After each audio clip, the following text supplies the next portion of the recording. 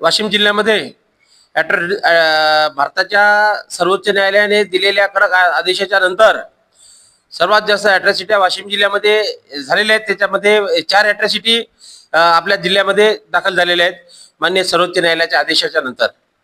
तर जिल्ह्यामध्ये अॅट्रॉसिटी प्रकरणाला अॅट्रॉसिटी हा राजकीय मी बातमी दिली होती मध्यंतरी की बा अॅट्रॉसिटीचा गैरवापर झाला नाही पाहिजे, ही भूमिका घेऊन मी पोलीस प्रशासनाशी सुद्धा बोललेलो आहे।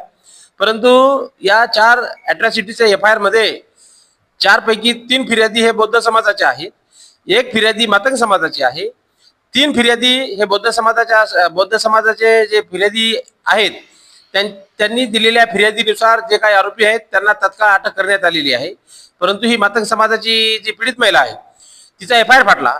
एफआयआर फाटल्याच्या नंतर अजूनही आरोपीला त्यांनी अटक केली नाही। तर पोलिसांनी अटक का केली नाही? पोलिसांना कुठल्या पद्धतीच्या कायदेशीर बाबीमध्ये अडथळा आहे का?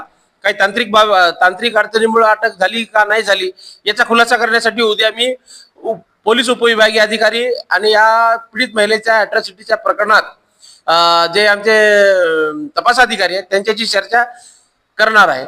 या मुख्य 4 अॅट्रॉसिटी पैकी एका अॅट्रॉसिटीच्या आरोपीला अटक न झाल्यामुळे समाजामध्ये विविध शंका कुशंका निर्माण होत आहेत।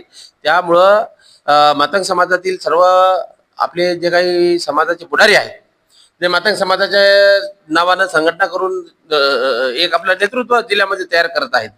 सदर महिलेचा व्हिडिओ हा समाज माध्यमावरती वाऱ्यासारखा पसरत गेला आणि ते पसरल्यामुळे राज्यभरात ती बातमी गेलेली आहे।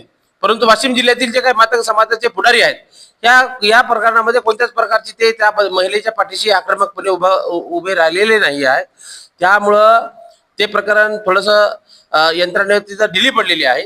म्हणून मातंग समाजातील सर्व पुढाऱ्यांना माझं आव्हान आहे की सदर पीडित महिला म्हणजे ती महिला पीडित आहे आणि पीडित महिलेच्या पाठीशी खंबीरपणे समाजाच्या पुढाऱ्यांनी उभं राहून सदर महिलेला न्याय मिळवून देण्याचं या माध्यमातून मी थोडंसं एक संघटनात्मक पातळीवरती एक आवाहन करत आहे आणि आपल्याला त्या सदर पीडित महिलेच्या पाठीमागे खंबीरपणे उभं राहून तिला कशा पद्धतीने न्याय मिळवून देता येईल अशा पद्धतीचं आवाहन मी उद्या सगळ्या संबंध महाराष्ट्रातील आपल्या जिल्ह्यातील जे काही मातंग समाजाचं नेतृत्व करणारी माणसं आहेत त्यामध्ये लवजी शक्ती सेना असेल, अखिल भारतीय मातंग संघ असेल, त्यानंतर कोणती टायगर सेना असेल, त्याच्यानंतर अण्णाभाऊ साठेचे नातू सचिन साठे यांची सुद्धा इथं संघटना आहे। म्हणजे अशा विविध संघटना इथं आहेत। परंतु पीडित महिलेवर अन्याय झाला तर कोणत्या संघटनेच्या कुटुंबाची भेट घेतलेली नाही आहे। मी एक बिगर सातबारा शेतकरी संघटनेचा संस्थापक अध्यक्ष आहे। आमची आशिया खंडातील ही पहिली क्रांतिकारी संघटना आहे।